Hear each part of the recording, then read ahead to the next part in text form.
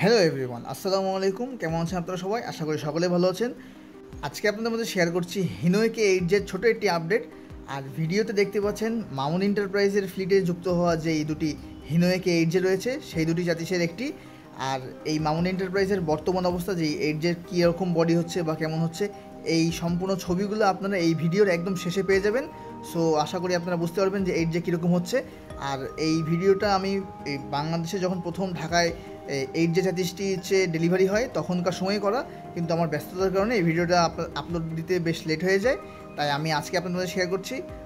এই ভিডিওটি আমি আপনাদের মাঝে লেটে আপলোড করার জন্য আন্তরিকভাবে দুঃখিত। আর আপনারা ভিডিওটি দেখে এবং শেষের ছবিগুলো দেখে আপনারা আপনাদের কমেন্টে মতামত জানাতে পারেন যে বাসটা আপনার কাছে কেমন লাগছে, তারা বডিটা কেমন করেছে।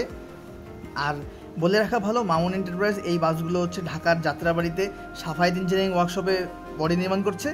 আর তারা এখানে অলরেডি হিনোয়েকে 1 নির্মাণ করছে, তাই এখানেই তারা একে 8 বানাচ্ছে। আর কেমন বানাচ্ছে সেটা আপনারা কমেন্টে জানাতে পারেন। তো এর থেকে বেশি আর কিছু বললাম না। আর বিস্তারিত বাস যখন সম্পূর্ণ রেডি হয়ে যাবে তখন আমি ইনশাল্লাহ আর সম্পূর্ণ লেটেস্ট আপডেট দেওয়ার চেষ্টা করব। তো সবাইকে ধন্যবাদ। আসসালামু আলাইকুম।